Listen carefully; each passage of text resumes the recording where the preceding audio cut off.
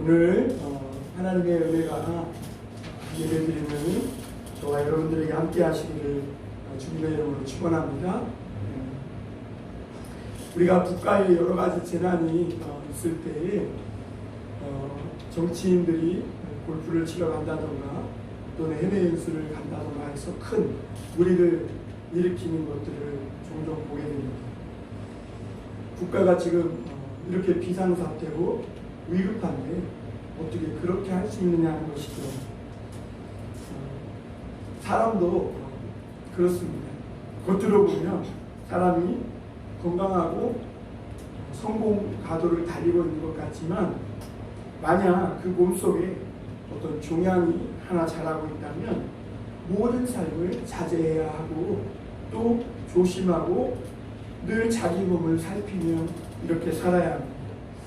어제 통풍에 대한 이야기가 TV에 나오는 걸 보면서 이 통풍이라는 것을 사람들이 우습게 봤다가 그래서 이 바람만 스쳐도 엄청난 고통이 찾아오는 이 통풍 때문에 고생하는 사람들을 보면서 그 사람들에 대해서 TV가 뭐라고 의사가 뭐라고 얘기하냐면 이 통풍을 가진 사람은 항상 모든 일이나 먹는 거 또 마시는 거 또는 어떤 행동하는 거 모든 움직이는 것들을 조심하며 살아야 일평생 건강하게 살 수 있다 이렇게 말하는 것을 보면서 그렇구나 그냥 그런 생각이 들었습니다. 우리나라가 여러분 뉴스를 보면 여전히 재난과 사건 사고가 끊이지 않은 것을 보게 됩니다. 그리고 한때 평화를 외쳤지만 여전히 전쟁의 위협이 우리 가까이에서 도사리고 있고 그리고 몇 해 동안 이 전염병이 창궐했지 않습니까? AI라든지 구제역이라든지 광우병이라든지 그래서 이것이 그냥 가축에게만 끝날 줄 알았는데 사람에게도 어느 날 터지면서 지금 우리 앞서 보다님 기도하신 대로 정말 집요하게 온 세계를 사람들을 괴롭히고 있는 것을 보게 됩니다. 이렇게 재난이나 사건 사고가 연달아 일어나는 이런 것들 볼 때 우리가 깨달아야 될 것이 뭐냐면 지금 우리나라가 정상이 아니구나 하는 것을 우리가 깨달을 수 있어야 합니다. 다시 말하면 비상사태라는 것이죠. 겉으로는 평안한 것 같고 그렇지만 그 몸속에는 악성 종양이 지금 있는 것이죠. 그래서 우리가 이러한 시대를 살면서 지금은 이멀전시 상태라 비상상태라는 것을 인식하고 살아가는 것이 굉장히 중요하다고 봅니다. 그러면 여러분 모든 일을 다 중단하고 그냥 멈춰야 하느냐 그런 말을 하는 게 아닙니다. 덜 중요한 것을 좀 자제하고 조심하고 정말 우리가 중요하게 여겨야 될 것이 무엇인지를 생각하고 그거에 집중해서 우리의 삶을 자제하며 살아야 한다는 것을 말하는 것입니다. 특별히 우리가 이런 때는 하나님 앞에 정말 합심해 기도해야 합니다. 정말 하나님만이 소망의 길이라는 것을 알고 하나님을 찾고 구해야 합니다. 우리 권사님 금방 기도했지만 우리가 경제적으로는 엄청난 큰 덩어리가 됐지만 정말 우리나라의 내면은 아니 영적 파탄 지경에 이른 것이 사실 아닙니까? 언제부턴가 동성애자들이 길거리에 판을 치고 커밍아웃 하는 일을 자랑스럽게 여기고 그리고 죄짓고 막 엄청난 이 자랑무도한 일을 저지르고도 정말 이 인면수심으로 양심의 가책조차 느끼지 못하는 이런 죄악들이 오늘날 우리 사회 속에 버젓이 있게 되는 것을 보게 됩니다.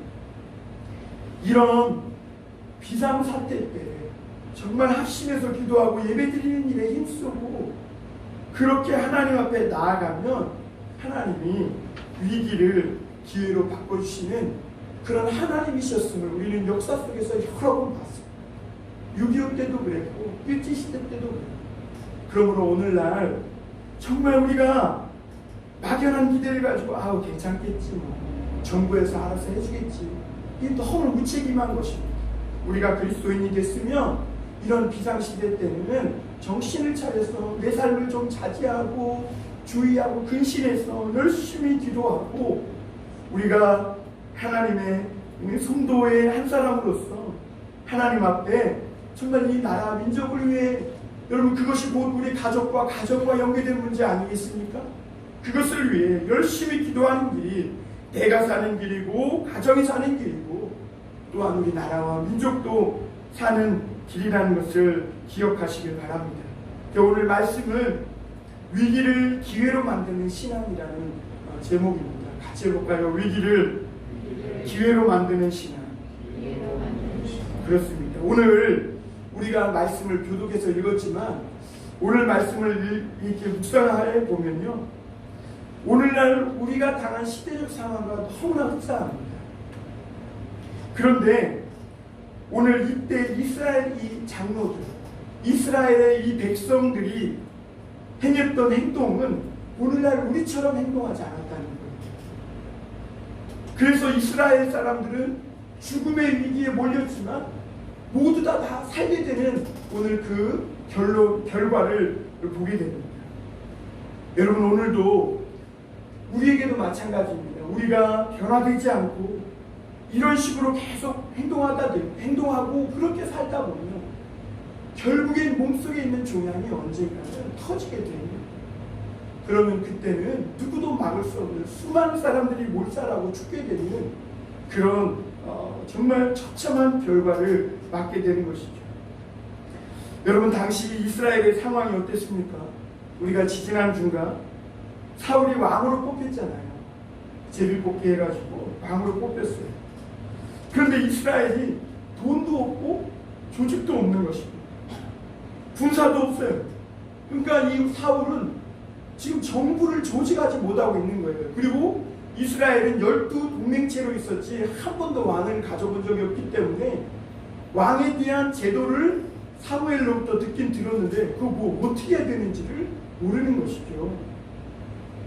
그리고 게다가 사울이 왕으로 뽑혔을 때 반대하는 사람도 만만치 않았던 것을 우리가 보았습니다.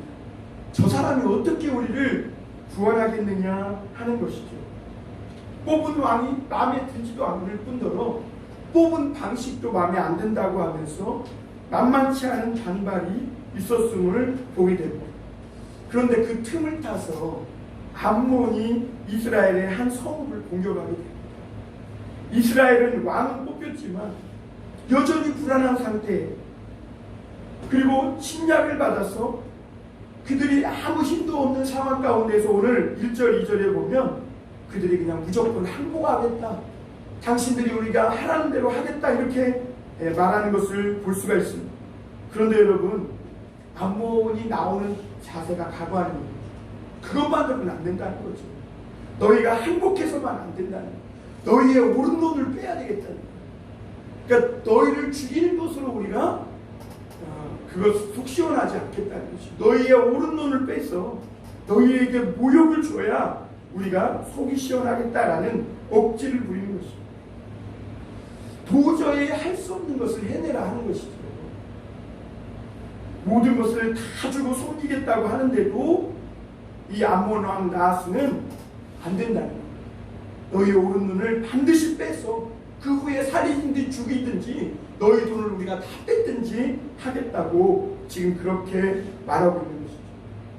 여러분 우리도 살다 보면 이렇게 얼토당토하는 일, 이러지도 못하고 저러지도 못하는 일들을 만나요. 지금 우리나라 꼴이 그런 것 아닙니까? 이러지도 못하고 저러지도 못하고 이 세계 열강 가운데에서 정말 그들이 하라는 대로 하기에는 정말 어쩌지 못하는 그런 심각한 상황에 처해 있는 것을 보게 됩니다.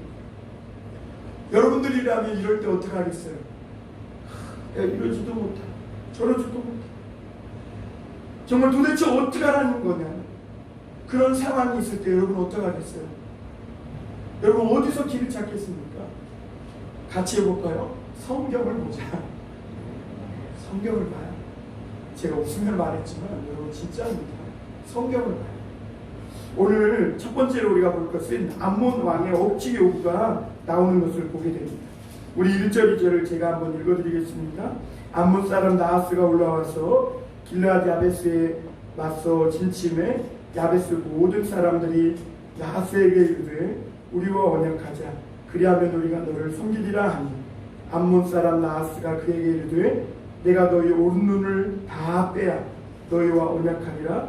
내가 온 이스라엘을 이같이 모욕하리라. 이렇게 말합니다. 여러분, 사람은 자기가 힘센 사람이 작정하고 괴롭히면 절망을 하게 돼요. 왜냐하면 벗어날 길이 없어요. 특히 학교에서 학폭이 그렇잖아요. 일진이라고 그런 아이들이, 힘 좀 있는 아이들이 한 약한 아이를 괴롭히기 시작하면 그 아이는 정말 어찌 할지를 모르고 선생님에게도 말 못하고 부모에게도 말 못하고 그렇게 당하다가 결국에는 그냥 죽어요. 그러니까 우리가 청소년들 자살하지 마십시오. 그냥 이렇게 캐치프레이 걸고 말 한마디 하는 것은 정말 무책임한 말이에요. 그렇게 어찌할 바 모르면서 막 괴로움 당하는 그 청소년들을 살펴봐요. 그리고 얼마 전에 우리 나라에 반사회적인 일이 또 일어나지 않았어요. 어린아이가 가방에 들어가서 죽고 또 그 9살 소녀가 정말 엄청난 학대를 받아서 소리에 막 그 아이가 약자로서 어떻게 했어요. 부모를 떠날 수도 없고 집을 나갈 수도 없고 그러다니 막 자기가 당하기 그 고통이 너무너무 크고 그러다 어쩔 수 없이 지붕을 넘어서 그 먼 야산을 그 막 맨발에 어른 수료화를 신고 탈출한 건 아니겠어요. 만약 누군가가 그 아이를 발견해서 그냥 부모에게 돌려보냈다면 그 아이는 죽고 말았을 거예요. 여러분, 사람은 이렇게 오늘 이 암몬 나하스가 이 약한 이스라엘, 아직도 불안한 정국이 계속되는 이스라엘의 한 성읍을 공격해서 그들을 괴롭혀서 이러지도 저러지도 못하는 그런 형편에 처하게 된 것을 보게 됩니다. 여기서 길르앗 야베스가 벗어날 수 있습니까? 약자에게는 벗어날 길이 없어요. 다 당하게 되어 있습니다.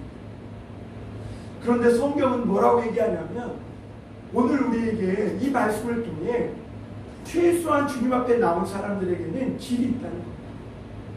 하나님을 찾고 하나님을 구하는 하나님의 말씀을 묵상하는 사람들에게는 길이 있다고 우리에게 가르쳐주고 있는 거예요. 어떤 절망적인 상황에서도 하나님은 솟아날 구멍이 있다 가르쳐주고 계신 줄 믿으시길 바랍니다. 암몬 사람들은요, 이스라엘 사람들을 너무너무 미워했어요. 그러니까 오른쪽 눈을 빼야 속이 시원할 만큼 미워했어요. 우리도 그런 거 있잖아요. 그냥 연마대해서 속이 풀리는 게 아니라 그냥 내 눈에 흙 들어갈 때까지 눈을 빼가지고 막 해야 사람의 마음속에 있는 그 악이 얼마나 큰지를 우리는 보게 돼요. 어쨌든 이 암몬은 다른 민족과는 다 잘 지내요. 그러나 유독 이 이스라엘 백성만은 미워해요. 왜냐하면 여호수아가 가나안 땅을 정복할 때 시온과 그쪽 땅을 정벌하면서 암몬을 위협했거든요. 그리고 무엇보다 이 암몬이 제일 이스라엘을 미워했던 것은 뭐냐면 어디서 뜬금없이 불러온 이스라엘 이 히브리 민족들이 하나님의 축복을 받으면서 막 땅을 차지하고 번성하고 하나님의 역사가 일어나면서 막 잘 먹고 잘 살게 되고 그리고 그들이 점점 강성해져 가니까 미워하기 시작해요. 열등감에 빠지죠. 여러분, 우리 사람들은 누군가가 잘 되면 배고파, 배 아파. 그러니까 이 암몬 나하스는 이 이스라엘 백성들이 배 아파 죽겠는 거예요. 하나님을 잘 믿고 막 저들이 애굽에서 종으로 살던 사람들이 하나님 믿으면서 뭐 가정의 우환도 사라져, 뭐 땅도 차지해, 기도하는 것마다 하나님이 응답해줘. 이러니까 막 갈수록 잘 풀리고 축복받고 형통하니까 그리고 막 그 이스라엘 백성들이 하나님을 믿는다고 하면서 막 죄도 버리고 잘못된 죄악도 버리고 살인하지 않고 음란하지 않고 이웃의 아내 탐내지 않고 남의 재물 훔치지 않고 도적질하지 않고 거짓말하지 않고 막 부모 섬기면서 이렇게 하나님만 혹시 섬기면서 축복받으니까 나하스가 어떻게 한 거예요? 시기한 거죠. 그래서 그들을 끌어내려야 하고 흠집을 내야 하고 이스라엘 백성들을 그냥 발바닥 밑에 놓고 막 짓밟아서 비참하게 해야 직성이 풀리는 그런 마음이 열등감이 드는 것입니다. 그래서 이스라엘 백성의 이 길르앗 야베스가 우리가 다 주고 언약하겠다, 하라는 대로 다 하겠다, 그러니 우리를 제발 죽이지만 말고 언약하자. 그러는데 나하스가 뭐라 그러냐? 아니라, 그건 나중 문제고 먼저 니들 오른분을 민두로 빼내야 되겠다. 그래야 직성이 풀리겠다는 거죠. 여러분, 사실 오른쪽 눈을 빼고 일평생 사는 것은요, 차라리 죽는 것보다 못한 거죠.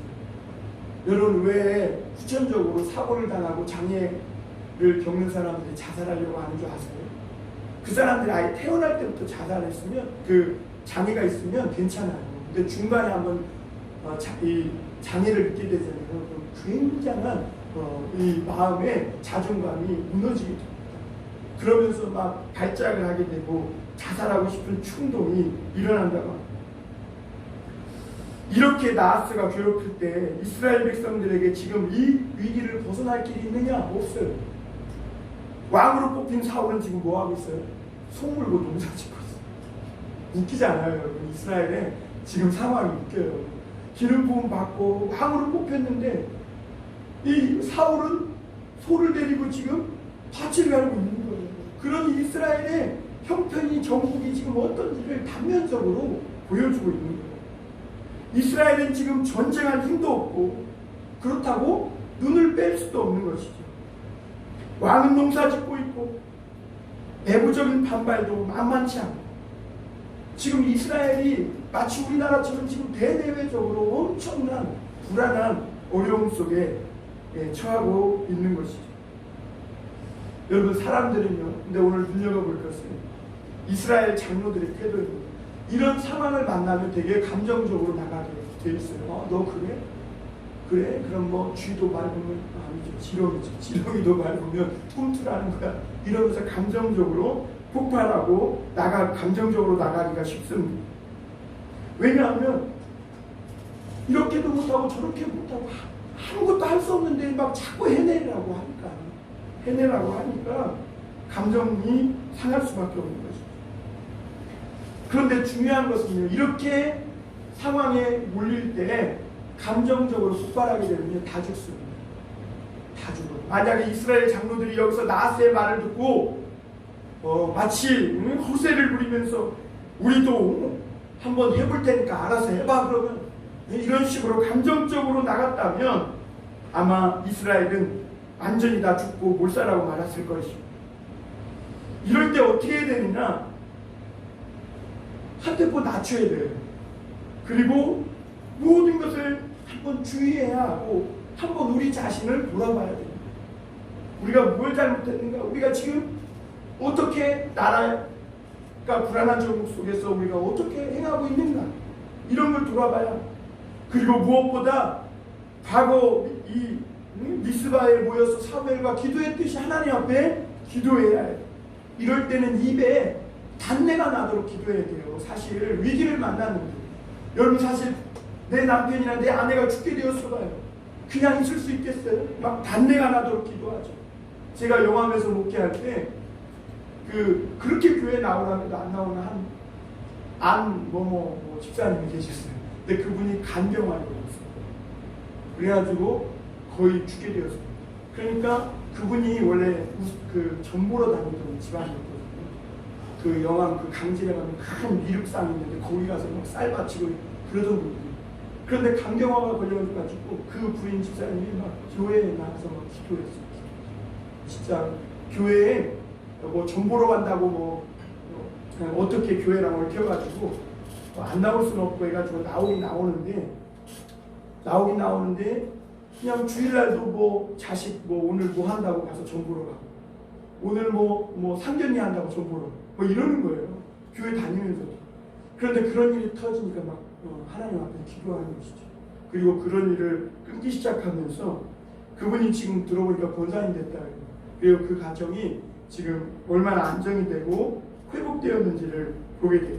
그 따님도 하나 있었는데 그 따님도 결혼해서 이렇게 여기 수지에 와서 잘 살고 있다는 그런 얘기를 들게 되었는데, 우리가 이런 일을 당하면 모든 것을 좀 절제하고 하나님 앞에 막 단내가 나도록 기도해야. 오늘 이 장로들이 3절에서 그 위기에 있을 때 어떻게 행동하냐면, 한번 3절 다시 한번 보겠습니다. 야베스 장로들이 그에게 이르되 우리에게 이랫동안 말미를 주어 우리가 이스라엘 온 지역에 전령들을 보내게 하라. 만일 우리를 구원할 자가 없으면 내게 나아가리라 하니라. 이렇게 말합니다. 여러분, 장로들이 참 처신을 잘하는 것을 보게 됩니다. 보통 사람들은 이런 굴욕적인 말을 들으면 그냥 나도 같이 감정적으로 맞대응하기 쉽지만, 그러나 야베스 장로들은 흥분하지 않고 침착합니다. 분통이 터지고 억울해 죽겠지만 뭐라고 얘기하냐면 우리에게 일주일의 시간을 좀 달라, 이렇게 얘기를 합니다.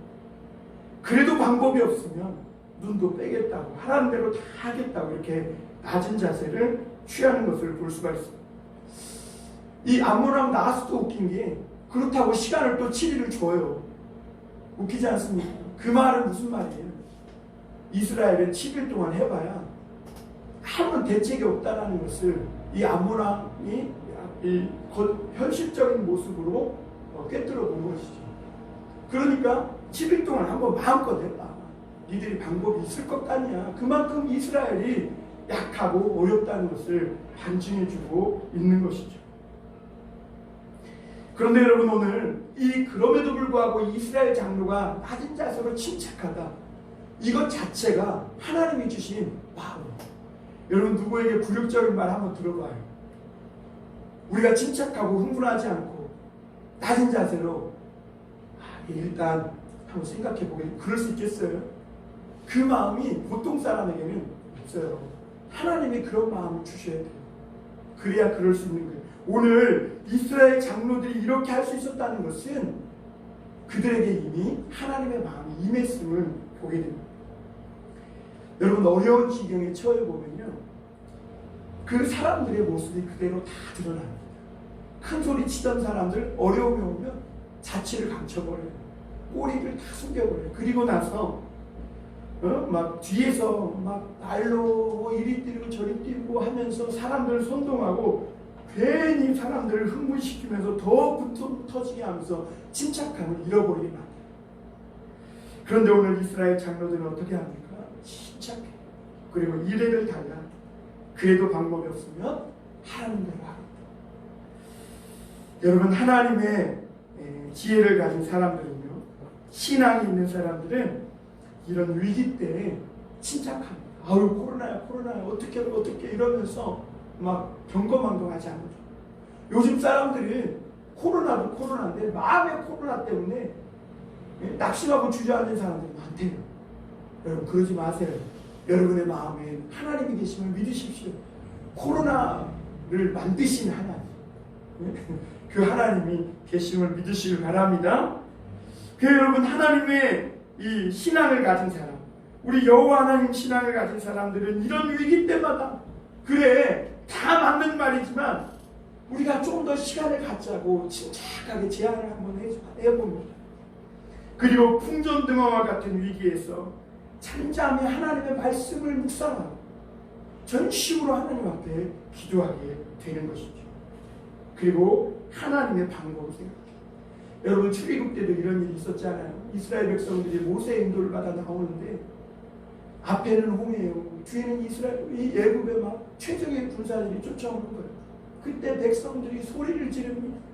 두령들은 사람들을 막 선동해가지고 저 모세의 말을 들은 것이 잘못됐다. 애굽에서 차라리 죽는 게 낫지, 광야에서 이게 묘지도 없이 죽게 되었으니 무슨 꼴이냐고 막 사람들을 선동합니다. 그 말을 들으니까 백성들이 어떻게 해요? 울죠. 다 같이 울죠. 그래, 모세를 향해서 돌 던지기 직전이죠. 그때 모세가 뭐라 그래? 조용하라는 거예요. 조용해라. 다 조용해.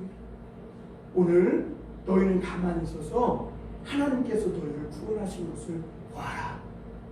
그리고 지팡이를 내미니까 하나님께서 또 홀라운 구원의 길을 열어주시는 것을 보게 됩니다. 여러분, 오늘 우리 전 세계가 처한 상황이 뭐 백신이 만들어져야 된다.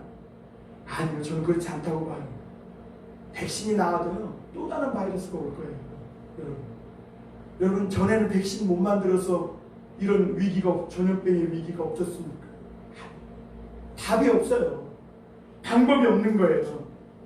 그러나 여러분, 하나님의 사람들은 일단 이 모든 위기 속에서 방법도 없고 답도 없지만 침착하게 하나님의 말씀을 보며 기도하면서 하나님으로부터 길이 열려지기를 구해야 됩니다.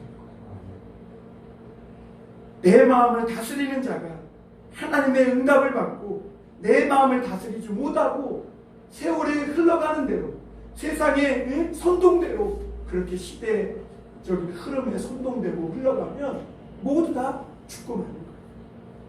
오늘 두 번째로 우리가 살펴볼 것은 이스라엘 이 전령들이 사울에게 도움을 요청하는 것을 볼 수가 있습니다. 여러분, 우리가 앞서 말씀을 드렸지만 사울은 왕으로 뽑혔어요. 그러나 아직 왕으로 등극하지 못한 거예요. 왜냐하면 반대하는 사람들이 많았기 때문에 그래요. 오늘 이 사무엘상 10장 27절에 보면 이렇게 말하고 있습니다. 제가 읽어드릴게요. 어떤 불량되는 이르되 이 사람이 어떻게 우리를 구원하겠느냐 하고 멸시하며 예물을 바치지 아니하였으나 그는 잠잠하였더라.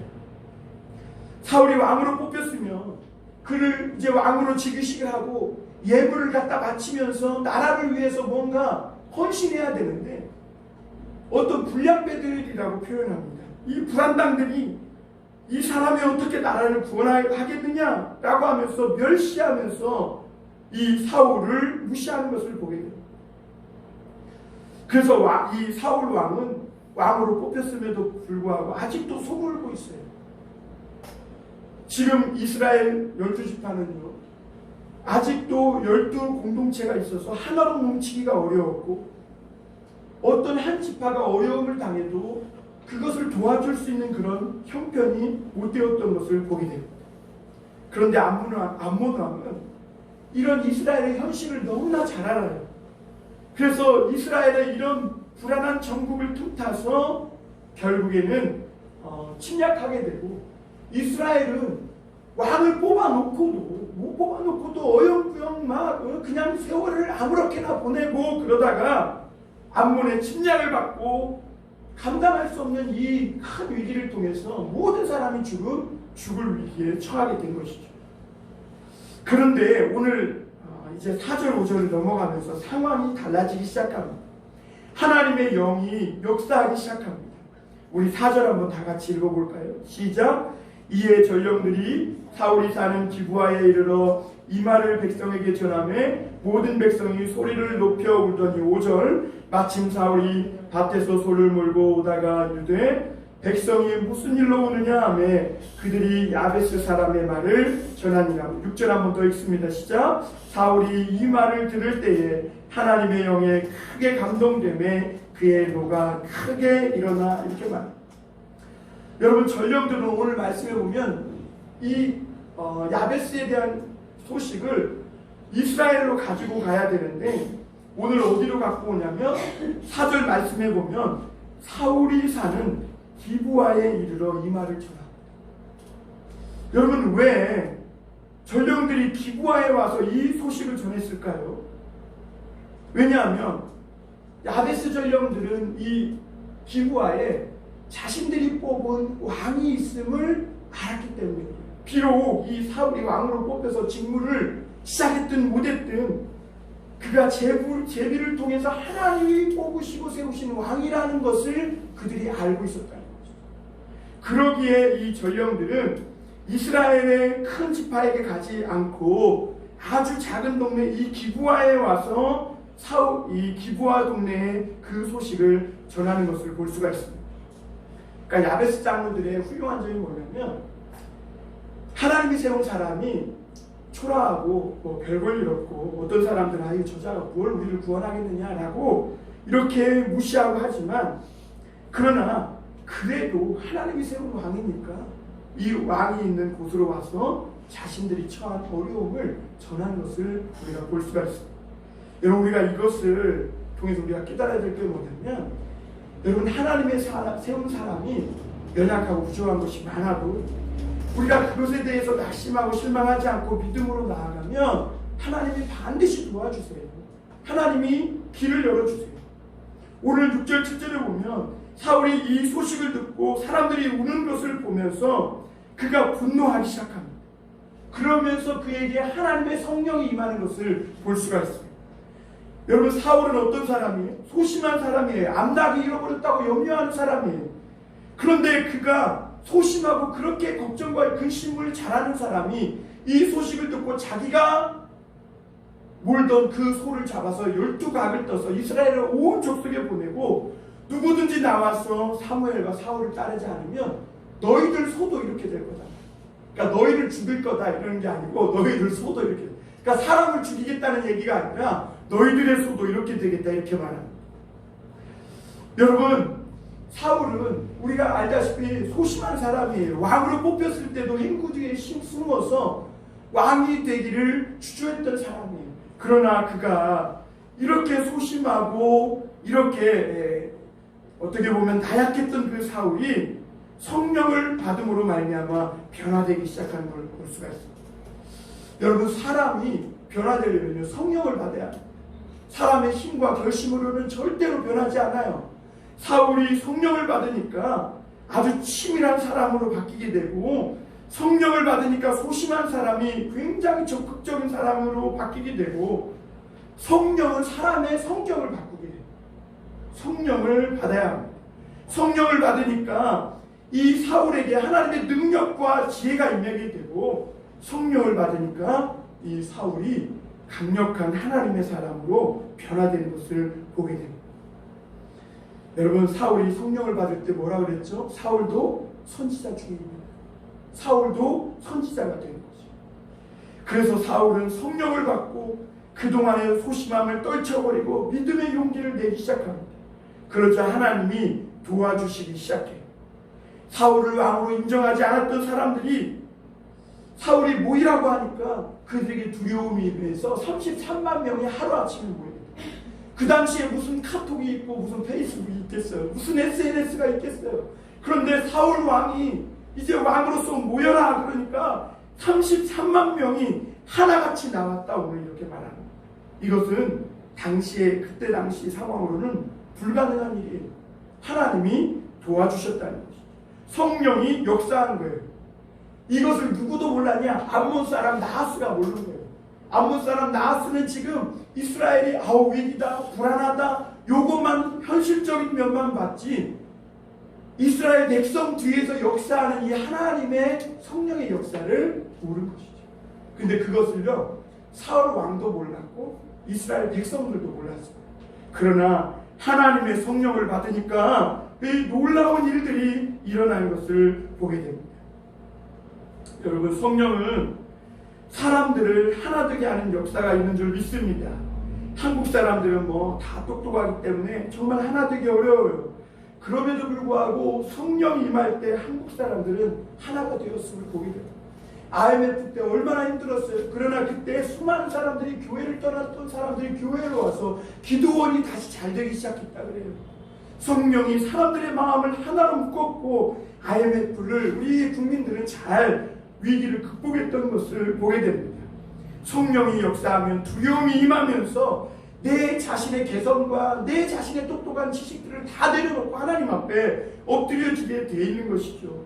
오늘 우리나라의 이 처한 위기의 현실 속에서 정말 필요한 것은 뭡니까? 하나님의 성령의 역사인 줄 믿습니다. 오늘 마지막으로 볼 것은 사울이 왕으로 드디어 인정받게 되는 것을 보게 됩니다. 오늘 12절을 한번 보겠습니다. 백성이 사무엘에게 이르되 사울이 어찌 우리를 다스리겠느냐 한 자가 누구입니까? 죄송합니다. 10절입니다. 9절입니다. 우리가 와 있는 전령들에게 이르되 너희는 길르앗 야베스 사람에게 이같이 이르기를 내가 내일 해가 더울 때에 너희가 구원을 받으리라 하라.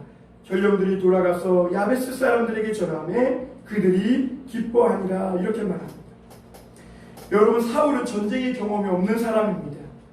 그런데 전쟁을 시작하게 됐을 때 마치 이 사울은 전쟁의 경험이 많은 장수처럼, 소물던 사람이 전쟁에 능숙한 장수처럼 33만 명을 지휘하게 됩니다.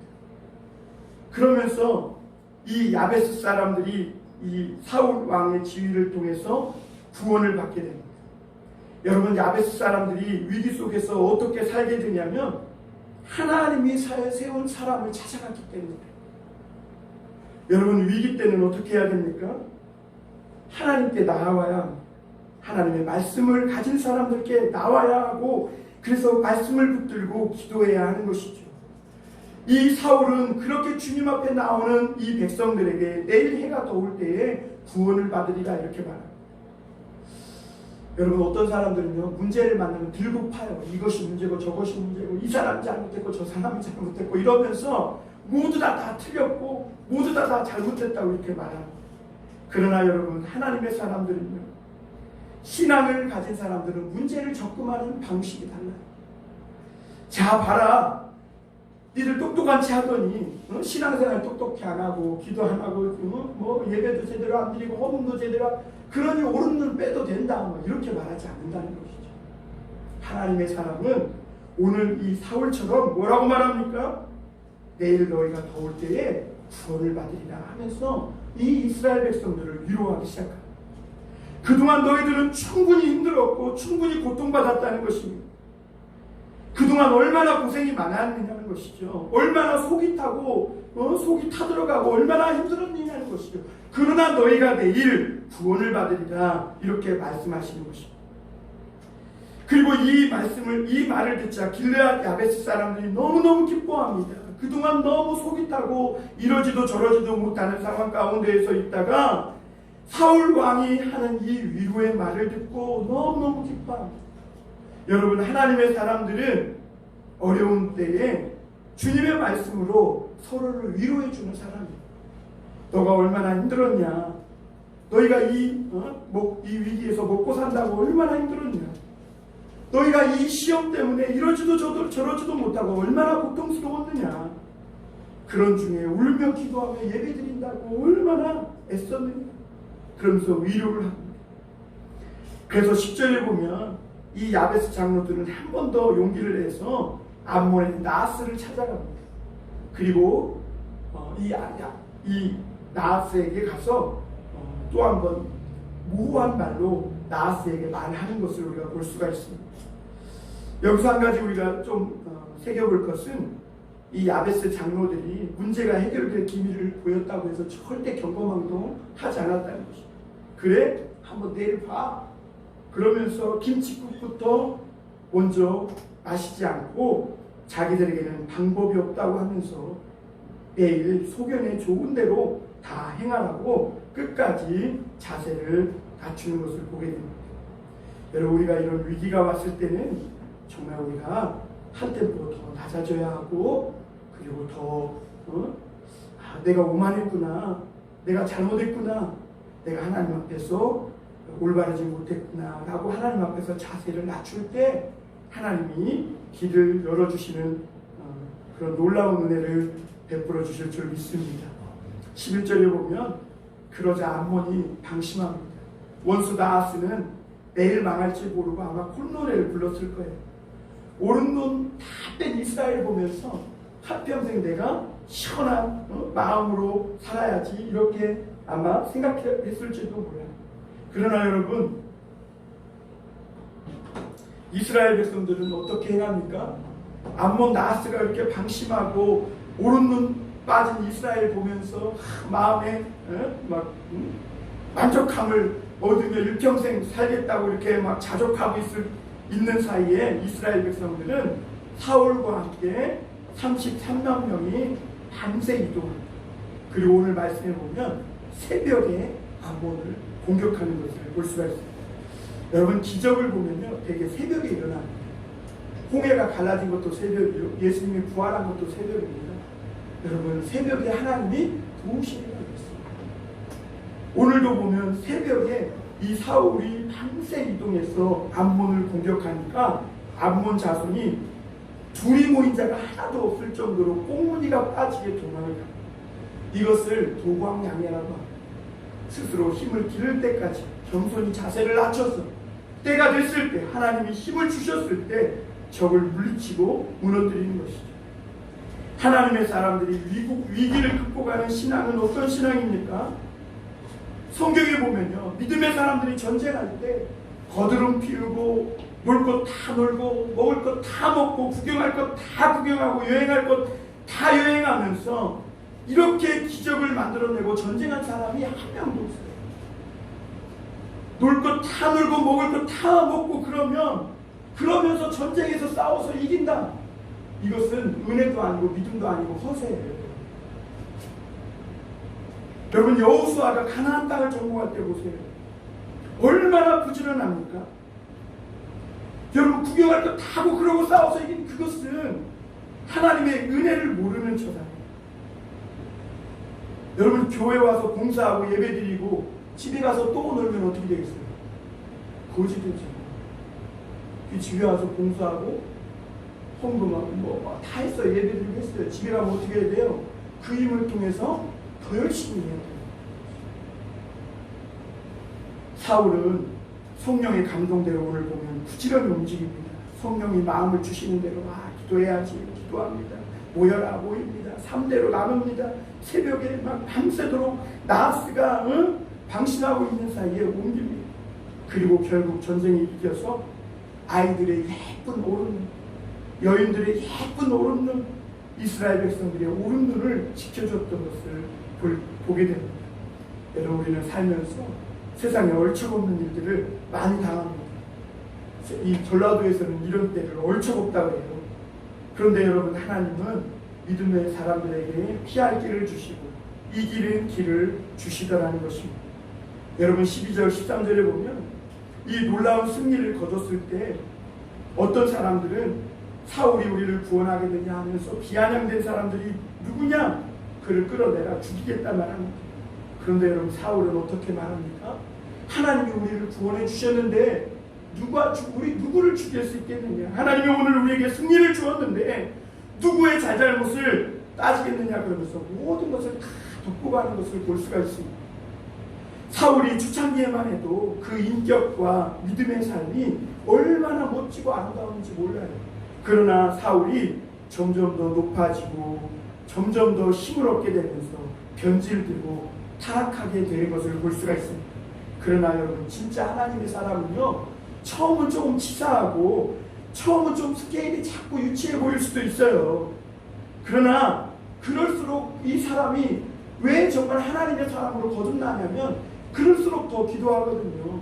그런 상황에서 어떻게든 썩지 않고 어떻게든 타락하지 않으려고 하나님 앞에 막 몸부림치며 기도하기 때문에 하나님이 보호해 주십니다. 여러분, 이 승리를 거둔 후에 사무엘이 뭐라고 말합니까? 우리가 길갈로 가서 하나님께 예배드리자고요. 승리를 거둔 후에 하나님께 예배하고 기도하면서 우리가 이제 새 마음으로 나라를 새롭게 하자 사람들을 격려합니다. 사랑해요 여러분, 우리 모든 사람들에게 새 마음은, 새로움은 하나님 앞에 예배드리면서 시작됩니다. 하나님이 우리 사람에게 새 마음을 주셔야 새롭게 되는 것이죠. 예배를 통해서 하나님을 만나야 우리의 마음이 새로워지게 되는 줄 믿습니다. 사랑하는 성도 여러분, 미리 겁집어 먹지 마시길 바랍니다. 세상이 너무 미래가 불투명하고 세상이 너무 참 내일이 어떻게 될지 모르는 그런 불안한 상황이라고 미리 좌절하거나 이러지도 저러지도 못한다고 낙심하거나 낭망하지 말고 이때 우리가 더 자세를 낮춰서 우리가 더 겸손하게 하나님만 붙들 수 있는 그런 참된 지혜로운 신앙이 되었으면 좋겠습니다. 길이 없는 것이 아니지요. 오늘 말씀을 보니까 방법이 없는 것이 아니지요. 우리가 말씀 붙들고 기도하면 하나님께서 하나님의 영을 주셔서 우리를 변화시키시고 위기 속에서도 침체할 수 있도록 어떤 상황에서도 지혜롭게 행동할 수 있는 능력을 우리에게 주실 줄 믿습니다. 세월을 아껴가면서 하나님이 주신 지혜로 우리도 우리에게 주신 사명을 잘 감당할 수 있는 저와 여러분들이 다 되시기를 주님의 이름으로 축원합니다. 기도하겠습니다.